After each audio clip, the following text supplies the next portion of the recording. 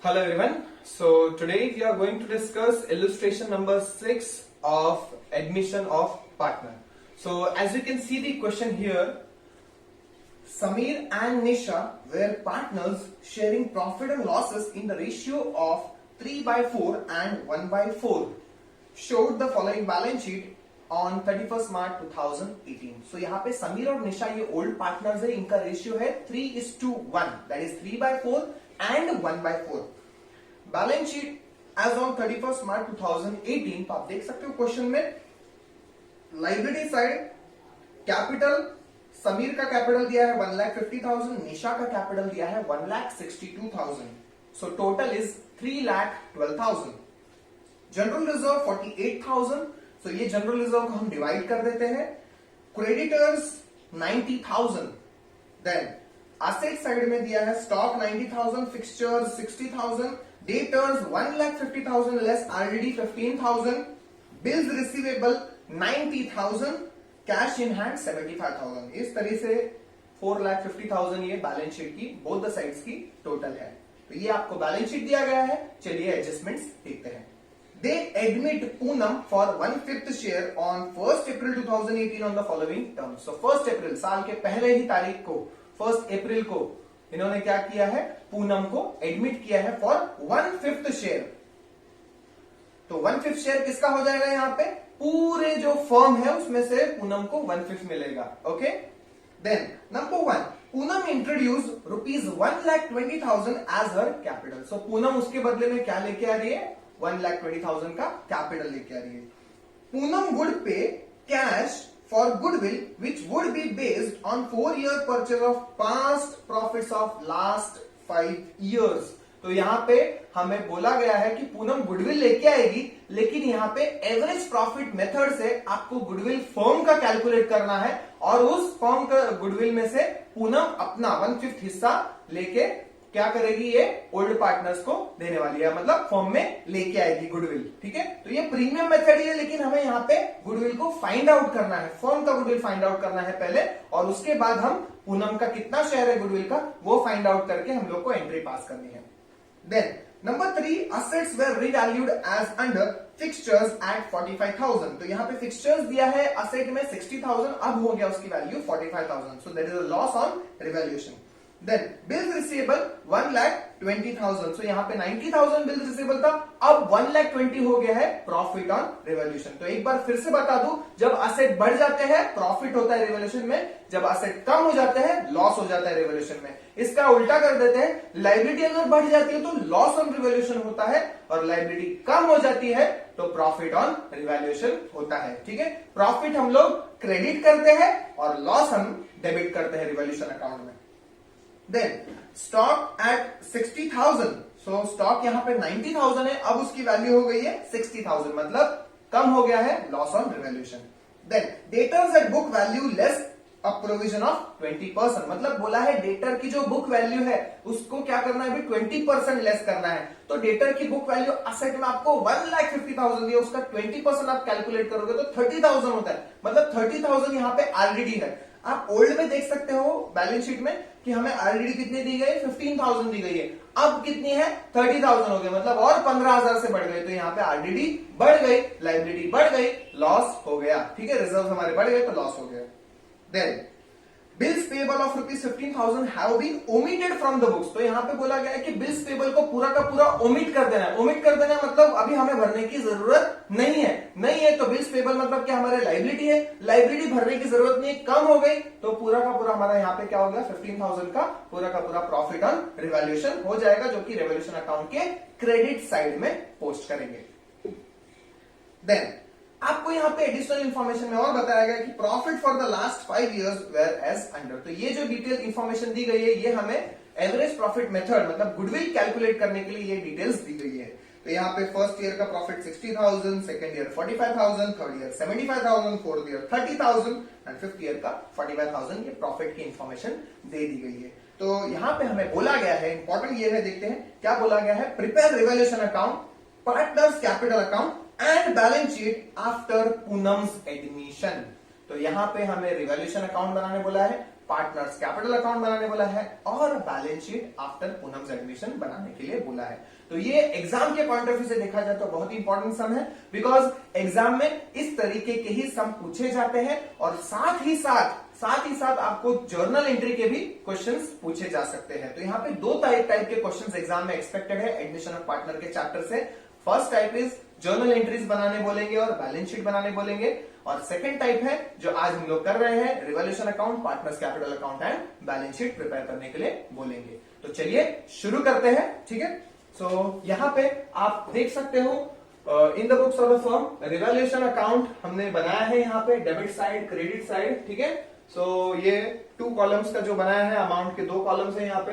Partners capital account बनाया गया है जिसमें समीर, निशा और पूनम का कॉलम है डेबिट साइड में, सेम क्रेडिट साइड में भी दिया गया है। देन हमने बनाया है balance sheet as ended on 1 April 2018 after admission, मतलब एडमिशन, पार्टनर के एडमिशन होने के बाद की बैलेंस शीट किस तरीके से दिखेगी वो हमने बनाया है, और साथ ही साथ थोड़ा सा स्पेस हमने वर्किंग नोट के लिए छोड़ दिया है। तो चलिए शुरू करते हैं। सबसे पहले हमें क्या करना है, हमें रिकॉर्ड करना है पार्टनर्स के कैपिटल। कौन से पार्टनर्स के? ओपनिंग कैपिटल, जो ओल्ड पार्टनर्स है उनका हमें कैपिटल रिकॉर्ड करना है। तो आप देख ही सकते हो क्वेश्चन में दिया है समीर का है 1,50,000 और निशा का है 1,62,000। तो यहां पे हम लोग रिकॉर्ड कर देंगे बाय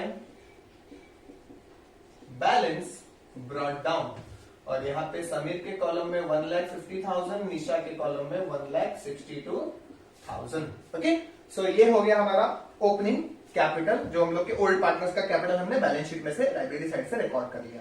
अब हम क्या करेंगे, अब हम एडजस्टमेंट्स पे आ जाएंगे डायरेक्टली। पहले हमें एडजस्टमेंट सॉल्व करना है। सबसे पहले क्या बोला गया है, Poonam introduced rupees 1,20,000 as her capital. So Poonam ने यहाँ पे कैपिटल लाया है, कैपिटल लाया मतलब पैसा लाया, पैसा लाया तो बाय यहां पे लिख देंगे हम लोग कैश अकाउंट। कितना लाया है? 1,20,000। अब कैपिटल आया है, एक एंट्री पास कर दी, हमें यहां पे हमारा कैश भी बढ़ जाएगा। चलिए आप लोग कैश इन हैंड देख लेते हैं, हमें कितना दिया है कैश इन हैंड। तो कैश इन हैंड हमारे ओल्ड बैलेंस शीट के असेट साइड में दिया है 75,000। तो पहले से 75,000 कैश हमारे पास है। अब ये एक दिन बाद तो गायब तो नहीं हो जाएगा कैश। 31 मार्च की बैलेंस शीट में 75,000 दिखा रहा है, 1 अप्रैल की बैलेंस शीट में हम लोग उतना ही रहेगा, कैश तो चेंज नहीं होने वाला, एक दिन में गायब नहीं होगा। तो 75,000 रुपीज कैश ओपनिंग लिख दिया हमने, और साथ ही साथ अभी पार्टनर ने कितना लाया है 1,20,000 यहाँ पे पूनम ने कैश में लाया है कैपिटल। तो ये क्या हो जाएगा, इसमें ऐड हो जाएगा, बढ़ जाएगा। क्लियर? ये हो गए 2 effect. Then number 2, Poonam would pay cash for goodwill which would be based on 4 years purchase of past profit of last 5 years। तो यहाँ पे हमें क्या करना है, गुडविल कैलकुलेट करना है फर्म का। तो चलिए वर्किंग नोट मैंने बनाया है, तो सबसे पहला वर्किंग नोट हम लोग क्या करेंगे, गुडविल ऑफ पूनम हमें कैलकुलेट करना है, ठीक है। तो सबसे पहले हम लोग क्या करेंगे, एवरेज प्रॉफिट कैलकुलेट करेंगे। डायरेक्टली मैं एवरेज प्रॉफिट ही कैलकुलेट करूंगा यहाँ पे। आपको चाहिए तो आप step by step total profit निकालो, फिर एवरेज प्रॉफिट, फिर बाद में गुडविल निकालो, चलेगा, कोई प्रॉब्लम नहीं। एवरेज प्रॉफिट, इसका फॉर्मूला है total profit upon number of years. तो टोटल प्रॉफिट हमारा यहाँ पे आप देख सकते हो, एडिशनल इंफॉर्मेशन लास्ट में दिया गया है 60,000, 45,000। तो ये सब दिया है, ये हम क्या कर देंगे, इसको पोस्ट कर देते हैं, यहाँ पे लिख देते हैं 60,000 फर्स्ट ईयर का प्रॉफिट है, देन 45,000, देन 75,000, देन दिया है 30,000 एंड 45,000। ठीक है, सो ये मैंने 5 साल के प्रॉफिट जो दिए गए वो रिकॉर्ड कर लिया है। कितने साल है? 5 साल है, तो 5 से डिवाइड कर देंगे इसको हम लोग, ठीक है। सो ये डिवाइड कर देते हैं हम लोग, यहाँ पे टोटल कर देंगे 60 प्लस 45 1,05,000, 1,10,000, 1,80,000, 2,10,000, 2,10,000 के साथ साथ 2,55,000 आ जाता है हमारा आंसर।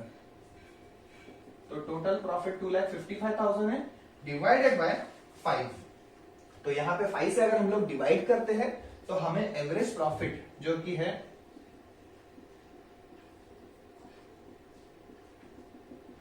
ठीक है, ये मैं इधर ही लिख देता हूं, 2,55,000 divided by 5 is equal to 51,000। तो ये 51,000 हमारा एवरेज प्रॉफिट आ गया। अब हमें क्या करना है, गुडविल कैलकुलेट करना है। तो देख लो, मैं बराबर से ध्यान से देखना आप लोग, goodwill of the firm calculate होगा यहाँ पे।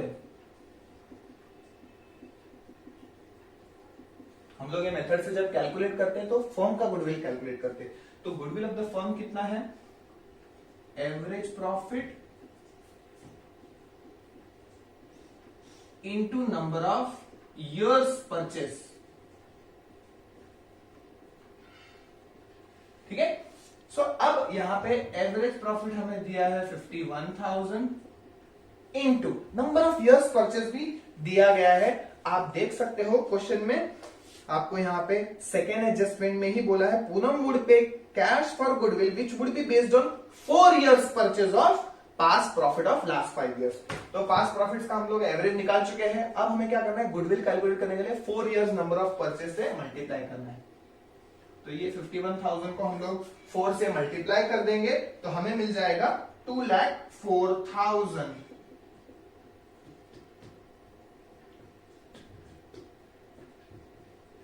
ठीक है। सो 2,04,000 is the goodwill of the firm. ये क्या है, फर्म का गुडविल है। ये मैं वापस से लिख देता हूं, तो गुडविल ऑफ द फर्म। अब हमें क्या चाहिए, पूनम का शेयर कितना है। तो Poonam share of goodwill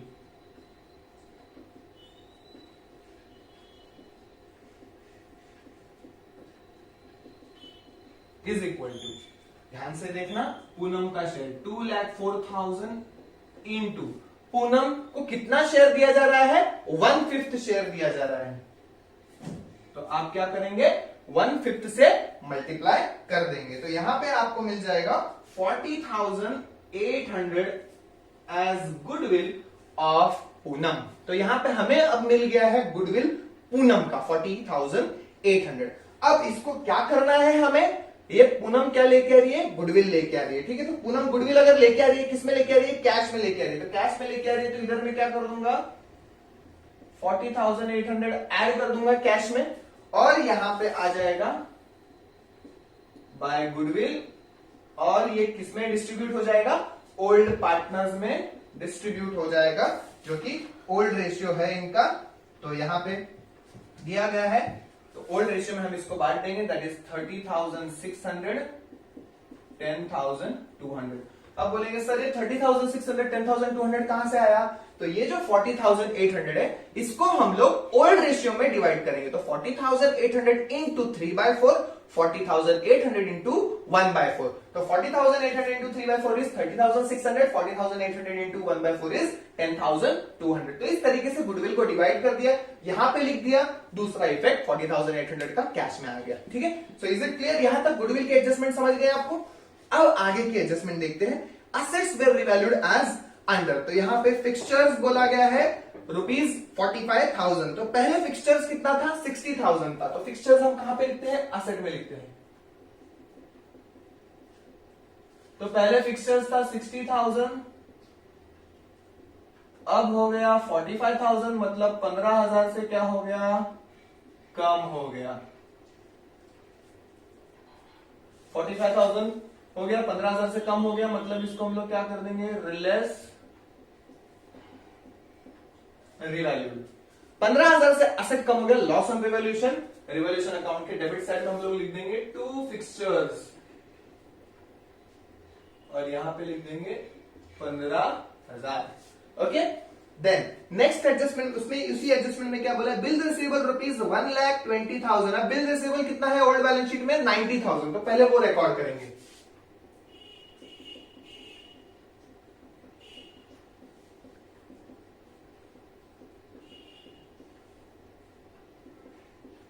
add revalued, कितने से बढ़ गया है, 30,000 से बढ़ गया है, हो गया कितना, 1,20,000। 30,000 से असेट बढ़ गई है, profit on revaluation, revaluation account के क्रेडिट साइड में by bills receivable 30,000। Okay. Then stock at ₹60,000। Stock की वैल्यू कितनी है ओल्ड बैलेंस शीट में, 90,000। पहले वो रिकॉर्ड कर देते हैं।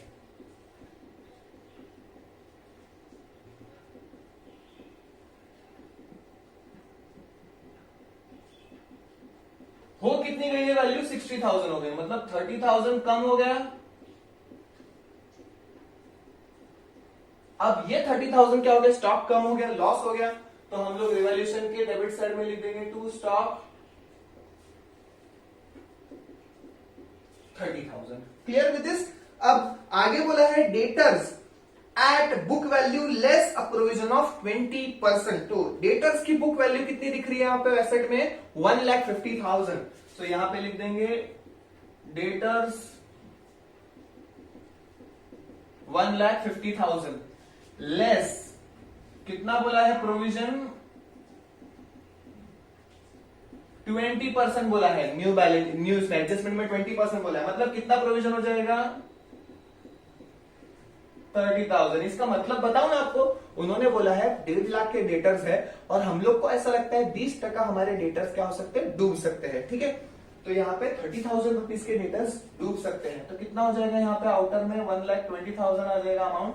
अब 30,000 की डेटर्स आज हमें लगता है डूब सकते हैं, पहले कितने डूब सकता था, लग रहे थे, पहले कितना लग रहा था डूब सकते हैं, 15,000। अब कितना हो गया, 30,000, मतलब यहाँ पे ऑलरेडी बढ़ गई है, लॉस हो गया है।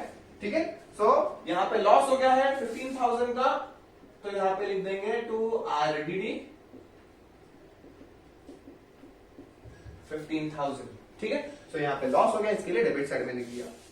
देन नंबर 4 में दिया bills payable of ₹15,000 have been omitted from the books. तो बिल्स पेबल को पूरा का पूरा यहाँ पे क्या कर दिया है, जो बिल्स पेबल थे, चाहिए तो मैं आपको बता सकता हूं यहाँ पे बिल्स पेबल कितने थे ओल्ड बैलेंस शीट में,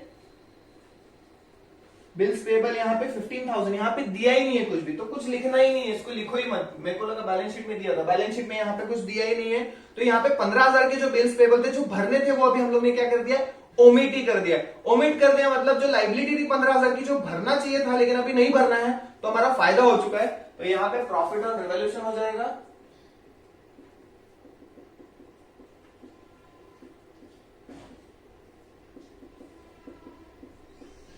तो यहाँ पे हो गया प्रॉफिट ऑन रिवैल्यूएशन। ठीक है, तो ये अभी हमारी सारी की सारी एडजस्टमेंट हो गई है। ठीक है, सो अब हम लोग क्या करेंगे, आगे का जो है अब ओल्ड बैलेंस शीट में से पोस्टिंग करते हैं।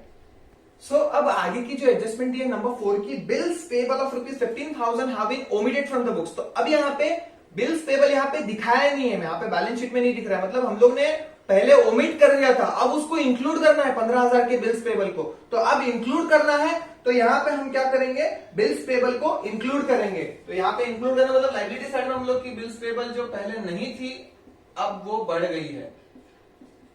ठीक है, तो यहाँ पे बिल्स पेबल ये जो है 15,000 रुपीज, ये क्या हो गया है, हमें रिकॉर्ड करना है, रिकॉर्ड करना है, हमारी लाइबिलिटी बढ़ गई तो डेबिट साइड में आ गया, ओ यहाँ पे नहीं आएगा।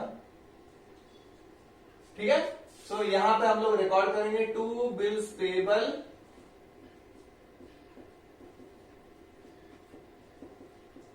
15,000। ठीक है, तो ये इस तरीके से हमारी फोर्थ एडजस्टमेंट भी हो गई है।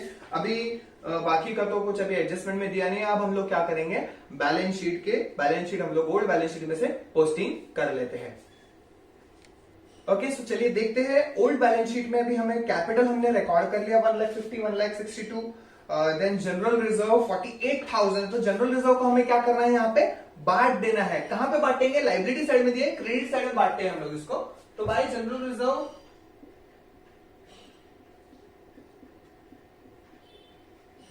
36,000 एंड 12,000, इसको ओल्ड रेशियो में बांटते हैं। जनरल रिजर्व पहले का होता है इसीलिए ओल्ड रिजर्व में बांटना है। 36,000 एंड 12,000 आ जाएगा, 48,000 इंटू 3/4, 48,000 इंटू 1/4। ठीक है, देन क्रेडिटर्स दिए गए, उसको तो हम लोगों ने कुछ भी नहीं किया है, सो क्रेडिटर्स आ जाएगा 90,000 जो कि दिया है ओल्ड बैलेंस शीट में। देन उसके बाद आ जाता है असेट साइड में, स्टॉक हो गया है, फिक्सचर्स हो गया, debtors, bill receivable, cash in hand हमने रिकॉर्ड करते जा रहे हैं हम। ठीक है, सो ये सारी एडजस्टमेंट्स हो गई है, अभी बैलेंस शीट भी हो गया। देन अब हम लोग क्या करते हैं, अब हमें बैलेंसिंग करना है। ठीक है, तो बैलेंसिंग करेंगे सबसे पहले रिवॉल्यूशन अकाउंट का। तो रिवॉल्यूशन अकाउंट की ये डेबिट साइड की टोटल ही मुझे बड़ी दिख रही है, यहाँ पे टोटल 75,000 आ जाता है, और यहाँ पे भी 75,000 हम रिकॉर्ड कर लेंगे, एंड यहाँ पे लिख देंगे by revaluation loss by loss transfer to, किसका कैपिटल आएगा, समीर का कैपिटल आएगा, समीर कैपिटल, निशाज कैपिटल। ठीक है, सो अभी यहाँ पे 75 में से 30 माइनस करेंगे तो 45 बचेगा। अब ये 45,000 को हमें डिस्ट्रीब्यूट करना है, तो ओल्ड रेशियो में डिस्ट्रीब्यूट हो जाएगा, जो कि 33,750 आएगा और 11,250 आएगा। सो टोटल, तो यहाँ पे 75 में से 30 गया, 45,000 यहाँ पे आ जाएगा बैलेंस, और 45,000 को हम लोग ओल्ड रेशियो में डिस्ट्रीब्यूट करेंगे। अब ये लॉस ट्रांसफर हो जाएगा डेबिट साइड में टू रिवैल्यूएशन अकाउंट, और यहां पे लिख देंगे लॉस 33,750, 11,250। ओके, सो ये लॉस अभी हमने क्या कर दिया, ट्रांसफर कर दिया है। अब हमें क्या करना है, इसको बैलेंस निकालना है इसका। तो यहाँ पे टोटल मुझे क्रेडिट साइड की ही बड़ी दिख रही है यहाँ पे, सो 1,20,000। ठीक है, 1,20,000, यहां पे भी सेम टोटल लिखेंगे 1,20,000, और यहां पे बैलेंस आ जाएगा to balance carried down 1,20,000 Poonam के कॉलम का।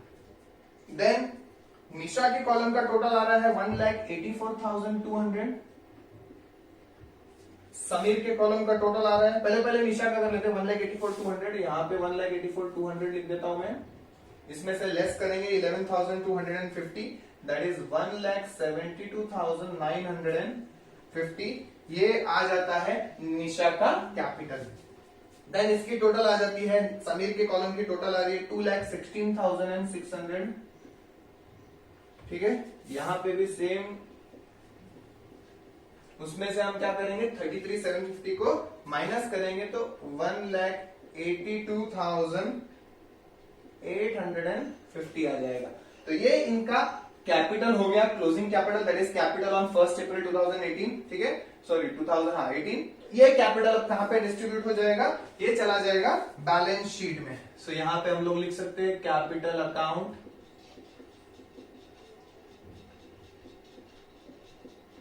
समीर, निशा, पूनम।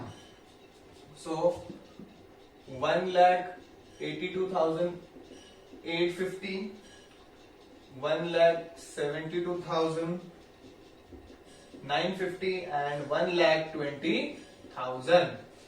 सो ये अभी हम लोग को क्या करना है, बैलेंस शीट की टोटल करनी है। टोटल आ जाती है लाइबिलिटी साइड की 5,80,800, और यहां पे भी टोटल जो आती है वो है, यहां पे हमें कैश इन हैंड का टोटल करना है। कैश इन हैंड की टोटल जो है वो 75, 1,95,000, 1,95,000 प्लस 40,800 इज 2,35,800।